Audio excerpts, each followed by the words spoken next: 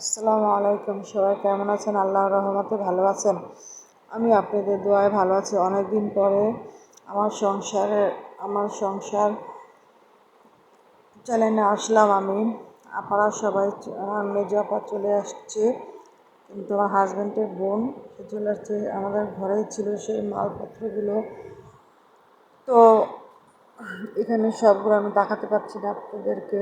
এই দেখেন, আমার এখানে এই সোফাটা ভরা ছিল মাল তাদের। এখনো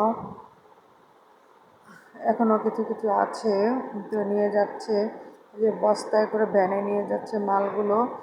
আবার ওই পাশে ফার্নিচারগুলো রেখেছে, কারণ আমাদের গলির ভিতরে আসে না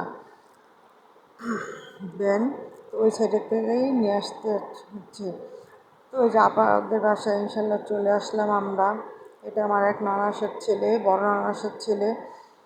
তো খুবই মন খারাপ হয়েছিল আপা যখন চলে আসছে, খুব মন খারাপ হয়েছিল আমার। আমি তো কান্না করে দিছি, আপা কান্না করে দিছে, কারণ আপাকে আমি সবসময় আমার শাশুড়ির চোখে দেখতাম। তো এই যে মালপত্রগুলো এখনও গোছানো হয়নি, আস্তে আস্তে আমরা গুছিয়ে নিব।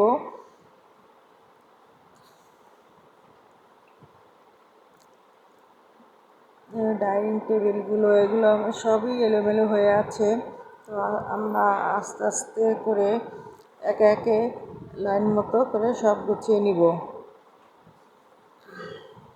স্যার এখানে ঠাইমা গেল তো ভিডিও শেষ।